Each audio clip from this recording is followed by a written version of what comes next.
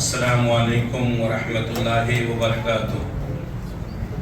الحمد للہ رب العالمین والعاقبۃ للمتقین والصلاة والسلام علی سید الانبیاء والمرسلین وعلی آلہ واصحابہ وازواجہ اجمعین وعلی من تبعہم بإحسان الی یوم الدین، اما بعد فاعوذ باللہ السمیع العلیم من الشیطان الرجیم، بسم اللہ الرحمن الرحیم۔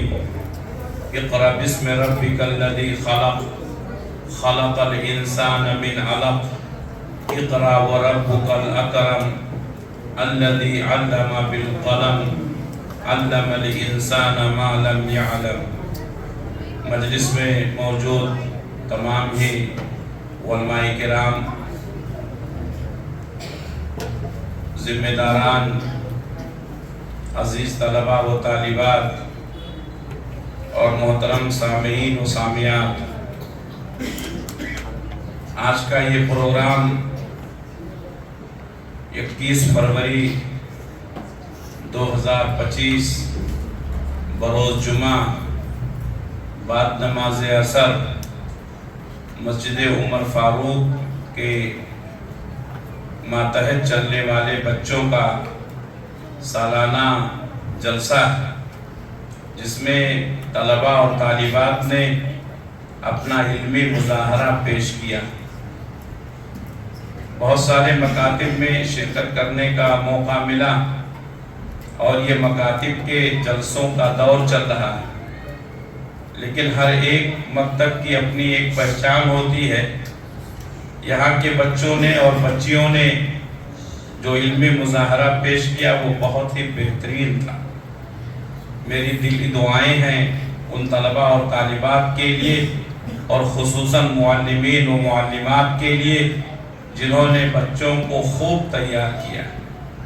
اللہ سے دعا ہے کہ اللہ تبارک و تعالی تمام کو جزائے خیر عطا فرمائے۔ علم نور ہے اور جہالت تاریکی ہے۔ نور جب آتا ہے تو تاریکی ختم ہو جاتی ہے۔ اللہ کے نبی صلی اللہ علیہ وسلم پر ابتدائی 5 آیتیں جو نازل ہوئیں، ان تمام آیتوں کا پہلا جملہ جو ہے اقرا، پڑھو۔ اللہ کے نبی صلی اللہ علیہ وسلم سے کہا گیا پڑھو، آپ نے فرمایا ما انا بقاری، میں پڑھنا نہیں جانتا۔ حضرت جبریل نے 3 مرتبہ اپنے سینے سے دبایا اور 3 مرتبہ دبانے کے بعد چھوڑا اور کہا اقرأ باسم ربک الذی خلق، خلق الانسان من علق، اقرأ وربک الاکرم، الذی علم بالقلم، علم الانسان ما لم يعلم۔ یہ 5 آیتوں میں 2 مرتبہ اللہ تبارک و تعالیٰ نے اقرأ کہا ہے، یعنی 2 مرتبہ اللہ نے پڑھنے کا حکم دیا ہے۔ اللہ تبارک و تعالیٰ نے ان آیتوں میں قلم کا ذکر کیا ہے۔ معلوم یہ ہوا کہ تعلیم حاصل کرنے میں قلم کو بڑی اہمیت ہے۔ اللہ کے نبی صلی اللہ علیہ وسلم نے فرمایا کہ اللہ تعالیٰ نے سب سے پہلے قلم کو پیدا کیا، اور قلم کو پیدا کرنے کے بعد قلم کو حکم دیا کہ وہ لکھے۔ تو قلم نے کہا کہ اے اللہ میں کیا لکھوں؟ تو کہا جو کچھ ہونے والا ہے سب کچھ لکھو۔ چنانچہ قلم نے لکھنا شروع کر دیا، فجف القلم، قلم سوکھ گیا۔ پیارے نبی صلی اللہ علیہ وسلم فرماتے ہیں اب جو قلم نے لکھ دیا ہے وہی ہوگا۔ معلوم یہ ہوا کہ تعلیم حاصل کرنے میں قلم کا بہت اہم رول ہے۔ ہم نے ذاتی تجربہ کیا ہے، آپ حضرات بھی جانتے ہیں، جو چیز یاد نہ ہوتی ہو اس کو لکھ لے، لکھ لینے کے بعد وہ چیز یاد ہو جاتی ہے، اور یاد نہیں ہوتی ہے بلکہ لکھ لینے کی وجہ سے وہ بات ذہن نشین ہو جاتی ہے۔ موجودہ دور میں جو تعلیمی مسئلہ ہے اس میں ایک مسئلہ یہ ہے کہ بہت سارے لوگوں نے قلم کا استعمال بند کر دیا۔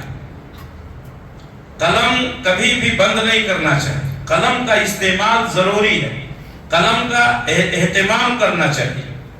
ہمیں یاد ہے بچپن میں بچے جب پڑھتے تھے مکتب میں تو تختی ہوتی تھی، تختی پر لکھا جاتا تھا لکڑی کے قلم سے لکھا جاتا تھا، سیاہی کا استعمال کیا جاتا تھا۔ اس کے بعد دھیرے دھیرے دنیا ترقی کرتی گئی، پین آیا اور تختی کی جگہ پر کاغذ استعمال کیا جانے لگا۔ اب اور زیادہ ترقی ہوئی، اس کے بعد لوگوں نے کمپیوٹر میں لکھنا شروع کر دیا۔ اب بہت سی ترقی ہو گئی ہے، لوگوں کو کچھ بھی محفوظ کرنا ہوتا ہے موبائل میں لکھ لیتے۔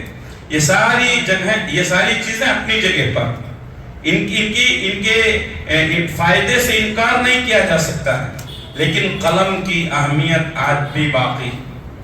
علم کی اہمیت کو سمجھنے کے لیے قلم کی اہمیت کو بھی سمجھنا ضروری ہے۔ اللہ کے نبی صلی اللہ علیہ وسلم نے تعلیم پر خصوصی توجہ دی۔ مکہ کی سرزمین پر آپ کو اور آپ کے صحابہ کو کتنی تکلیفیں اٹھانی پڑی ہم سب بہت اچھی طرح سے جانتے ہیں، لیکن ایسے پرآشوب دور میں بھی اللہ کے نبی صلی اللہ علیہ وسلم نے صحابہ کی تربیت کے لیے باقاعدہ مکمل انتظام کیا، ان کے عقیدے کی اصلاح کے لیے، ان کے عقیدے کو مضبوط کرنے کے لیے مکے سے دور ایک گھر جس کو دار ارقم کہا جاتا ہے، اللہ کے نبی صلی اللہ علیہ وسلم نئے مسلمان ہونے والوں کو دار ارقم میں حاضر ہونے کا حکم دیتے۔ آپ باقاعدہ ان کی ٹریننگ دیتے، آپ ان کو تربیت کرتے، آپ ان کو علم سکھاتے۔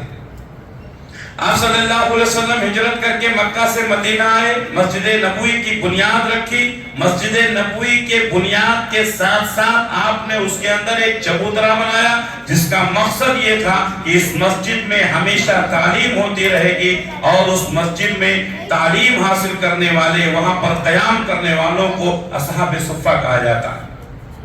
میرے بھائیوں، یہ جو مکتب کا سلسلہ ہے یہ انہی سلسلوں سے جڑا ہوا ہے جو اللہ کے نبی صلی اللہ علیہ وسلم نے مسجد نبوی میں قائم کیا تھا۔ مکہ مکرمہ اور مدینہ منورہ بہت ترقی کر گیا۔ نبی کریم صلی اللہ علیہ وسلم کے زمانے سے 1400-1500 سال آگے آ کر کے بہت ترقی کر گیا ہے۔ اب وہ نشانات بھی آپ کو نہیں ملیں گے، لیکن آج بھی مسجد نبوی میں، مسجد حرام میں بچوں کی تعلیم کا باقاعدہ نظم چل رہا ہے۔ جیسا کہ ہمارے شیخ عبدالعظیم عمری مدنی حفظہ اللہ نے فرمایا کہ ان مکاتب کی اہمیت ایک حیثیت سے مدرسوں سے بھی زیادہ ہے۔ اگر میں آپ سے کہوں کہ بنگلور کے اندر بڑے بچوں کو پڑھنے کے لیے کتنے مدرسے ہیں تو شاید 1 2 3 آپ انگلیوں پہ گن سکتے ہیں، لیکن اگر مکاتب کو شمار کرنا ہو تو آپ کے لیے مشکل ہو جائے گا۔ ہر مسجد میں تو مکتب چلتا ہی ہے، مسجد کے علاوہ کئی گھروں میں مکاتب چلتے ہیں۔ یہاں بیٹھے ہوئے اساتذہ گواہ ہیں، مسلسل مکاتب کے جلسوں کا دور چل رہا ہے، اور روز ہم لوگ کہیں نہ کہیں مکتب کے جلسے میں رہتے ہیں، اور کبھی کبھی دن میں 2 3 پروگراموں میں شریک ہونا پڑتا ہے۔ تو لوگوں نے اپنے گھروں میں مکتب بنا لیا۔ معلوم یہ ہوا کہ مکتب کی تعلیم بہت مضبوط ہوتی ہے۔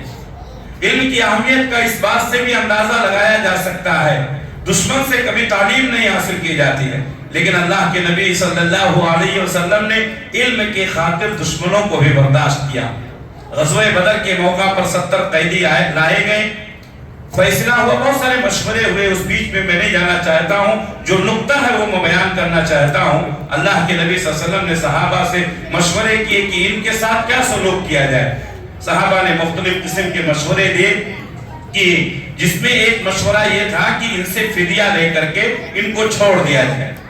اللہ کے نبی صلی اللہ علیہ وسلم نے اعلان کیا کہ کوئی اپنے اعزاء کو اگر آزاد کرانا چاہتا ہے تو اس کا فدیہ دے دے، اور اپنے اعزاء کو اور قیدیوں کو آزاد کرا لے۔ اس میں کچھ قیدی ایسے تھے جن کے پاس فدیہ دینے کے لیے مال نہیں تھا۔ اللہ کے نبی صلی اللہ علیہ وسلم نے ان کے سامنے یہ مسئلہ رکھا کہ ہمارے قوم کے بچوں کو لکھنا پڑھنا سکھا دیں، ان کے لیے ان کو آزادی دے دی جائے۔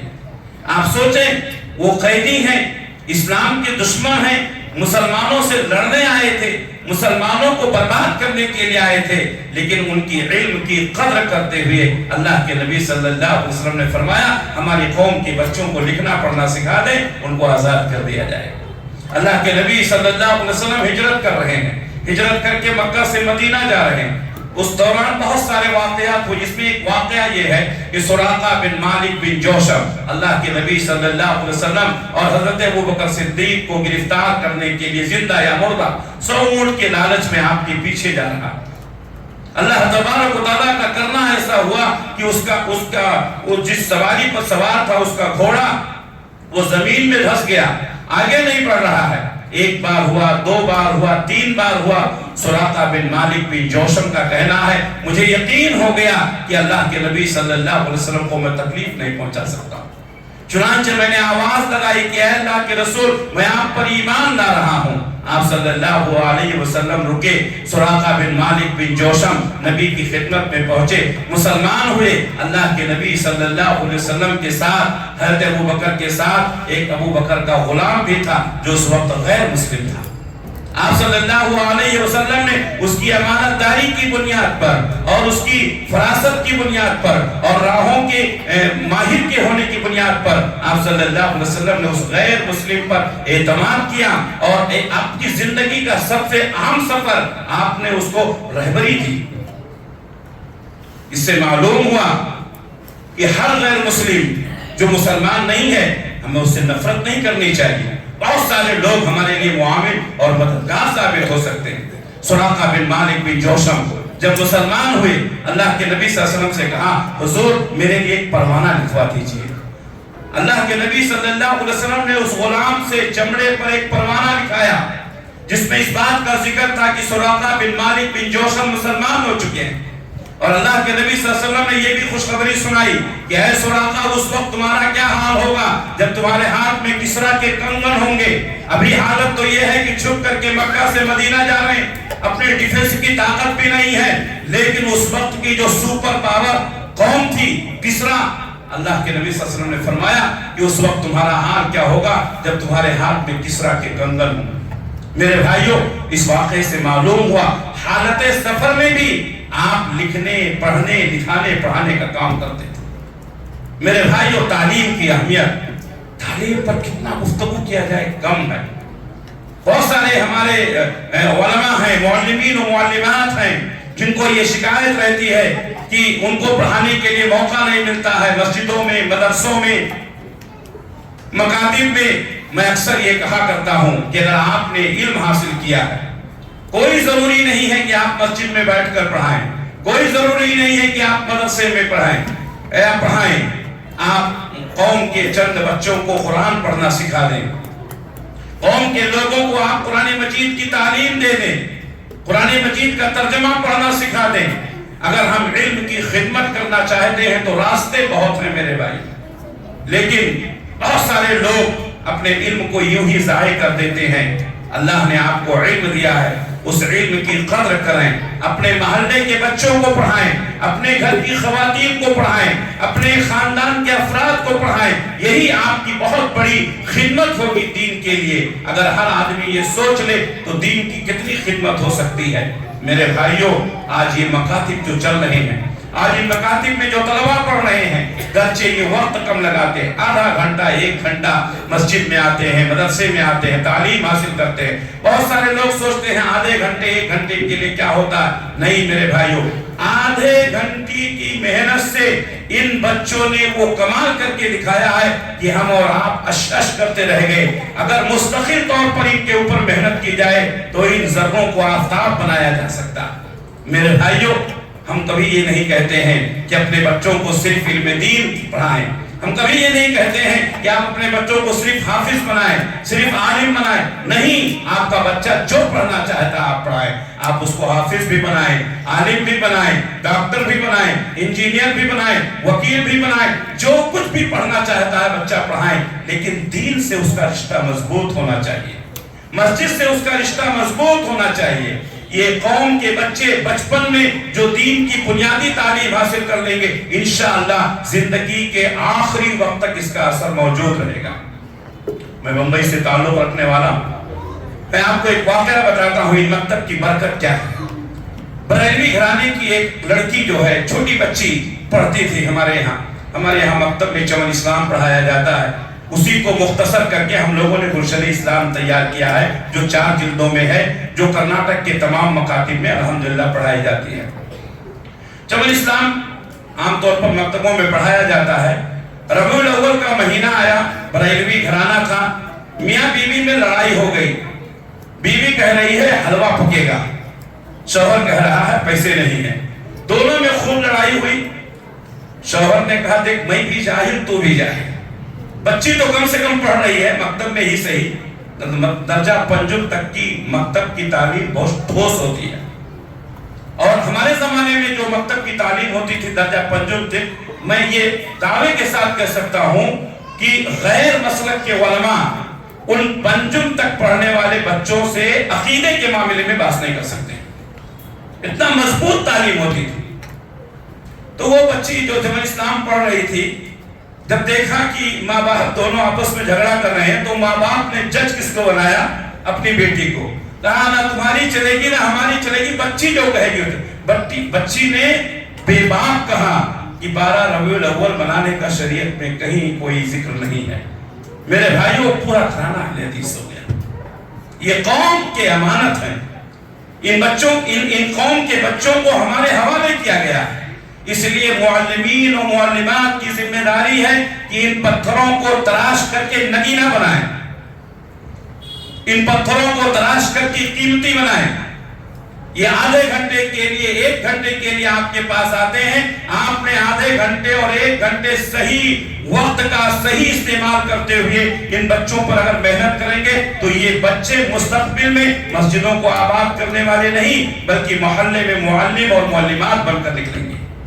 میرے بھائیوں ضرورت ہے اس بات کی کہ بچوں کے اوپر خصوصی توجہ دی جائے۔ جو مظاہرہ ہوا اس سے پتہ چلا کہ معلمین و معلمات نے کافی محنت کی ہے۔ ہم دعا کرتے ہیں کہ اللہ تبارک و تعالیٰ ان کے دنیاوی مسائل کو حل فرمائے اور انہیں دن دوگنی رات چوگنی ترقی عنایت فرمائے۔ جیسا کہ شیخ مفکر حسین عمری حفظہ اللہ نے کہا، علم کی کوئی قیمت نہیں دی جا سکتی ہے۔ یقیناً معلمین و معلمات کو تنخواہیں دی جاتی ہیں، مختصر ہی صحیح، یہ ہدیہ ہے، اعزازات دیے گئے، یہ ایک ہدیہ ہے، قیمت نہیں دی جا سکتی۔ قیمت دینے والا کون ہے؟ اللہ۔ اللہ کے لیے کام کریں، اللہ کی رضا کے لیے کام کریں۔ اس سے بڑی بات کیا ہو سکتی ہے کہ قرآن مجید کی تعلیم دینے اور دلانے والے، قرآن مجید پڑھنے اور پڑھانے والے کو امام کائنات نے فرمایا کہ یہ کائنات کے سب سے اچھے انسان ہیں۔ خیرکم من تعلم القرآن وعلمہ، تم میں سب سے بہتر انسان وہ ہے جو قرآن کو پڑھتا ہے اور قرآن کو پڑھاتا ہے۔ تو یہ معلمین بھی اور یہ بچے بھی، دونوں کو اللہ کے نبی صلی اللہ علیہ وسلم نے سب سے بہتر کہا۔ اس لیے معلمین کے حق میں ہم دعا کرتے ہیں کہ اللہ تبارک و تعالیٰ ان کے مسائل کو دور فرمائے، اور عزیز طلباء و طالبات کے لیے دعا کرتے ہیں کہ اللہ تبارک و تعالیٰ مستقبل میں انہیں دین کا داعی بنائے۔ یقیناً آپ حضرات مبارکبادی کے مستحق ہیں۔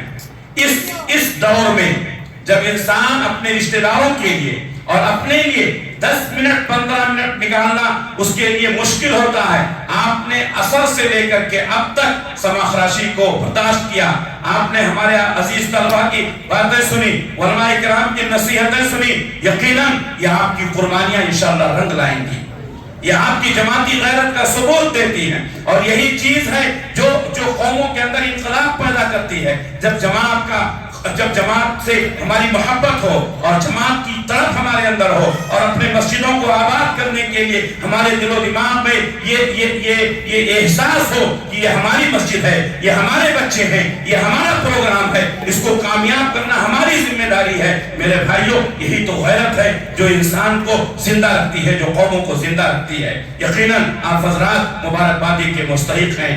آپ یہ نہ سمجھیں کہ آپ نے جو یہ وقت نکالا ہے یہ وقت آپ کا یوں ہی آئے گا ہو گیا، بلکہ اللہ کے نبی صلی اللہ علیہ وسلم کی وہ حدیث جس میں آپ صلی اللہ علیہ وسلم نے فرمایا کہ اللہ کے گھروں میں سے کسی گھر میں اگر لوگ بیٹھتے ہیں قرآن مجید کو سننے کے لیے، اللہ اور اس کے رسول کی باتوں کو سننے کے لیے، تو انسان نہیں، پیارے نبی نے فرمایا فرشتے ان کے اوپر سایہ کرتے ہیں اور زمین سے آسمان تک فرشتے ان کو گھیر دیتے ہیں، ان کے اوپر سکینت طاری ہوتی ہے، ان کے اوپر اللہ تبارک و تعالیٰ اپنی رحمتوں کا نزول کرتا ہے، اور اللہ تبارک و تعالیٰ اس مجلس میں شریک ہونے والے تمام حضرات و خواتین کی بخشش کا اعلان کر دیتا ہے۔ یہ صحیح حدیث ہے، علماء کرام بیٹھے ہیں، آپ پوچھ لیجیے۔ تو ایک تو یہ دینی مجلس ہے، دوسرے اللہ کے گھر میں ہیں تیسرے معصوم بچوں کی زبان سے ہم نے سنی ہے۔ یقیناً یہ مجلس بڑی ہی مبارک مجلس ہے میرے بھائیوں، اور اس مجلس کی برکت اسی حدیث سے لگا ہوا۔ اللہ کے نبی صلی اللہ علیہ وسلم فرماتے ہیں، ایک فرشتہ کہتا ہے، اے اللہ، تمام لوگ تو اچھی نیتوں کے ساتھ آئے تھے، لیکن اس میں ایک شخص ایسا تھا جو نیت لے کر کے نہیں آیا تھا، یوں ہی جا رہا تھا، دیکھا کہ چند لوگ بیٹھے ہوئے ہیں، کچھ دین کی باتیں ہو رہی ہیں، یوں ہی آ کر کے بیٹھ گیا، بلا ارادہ بیٹھ گیا۔ اللہ کے نبی صلی اللہ علیہ وسلم نے فرمایا، اللہ تعالیٰ فرماتا ہے اس مجلس کی برکت اتنی زیادہ ہے کہ وہ شخص جو بلا ارادہ بھی آ کر کے بیٹھ گیا تھا، ہم نے اس کے گناہوں کو بھی معاف کر دیا۔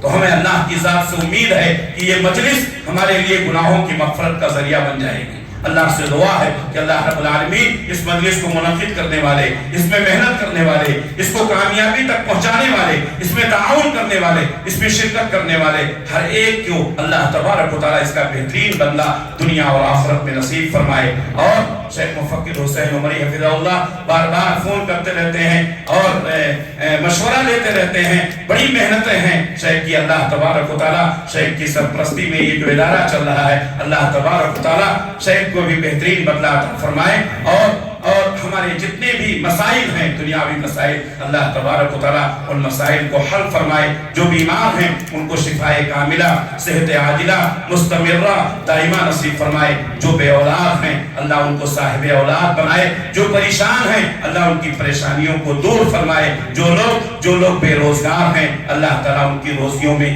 برکت عطا فرمائے۔ جو لوگ غیر شادی شدہ ہیں اللہ تعالیٰ ان کو بہترین جوڑا نصیب فرمائے۔ جو بے اولاد ہیں اللہ تبارک و تعالیٰ ان سب کو صاحب اولاد بنائے۔ جو مسجدوں سے دور ہیں اللہ تعالیٰ ان کو مسجدوں سے قریب کر دے۔ اللہ سے دعا ہے کہ اللہ رب العالمین کہیں سنی ہوئی باتوں پر ہم سب کو عمل کرنے کی توفیق عنایت فرمائے۔ اللہ ہم سب کا حامی و ناصر ہو، جب تک دنیا میں رکھے، اسلام پر قائم رکھے، خاتمہ ہو تو ایمان بالخیر پر ہو۔ ربنا تقبل منا انك انت السميع العليم وتب علينا انك انت التواب الرحيم برحمتك يا ارحم الراحمين آمين۔ والسلام علیکم ورحمۃ اللہ وبرکاتہ۔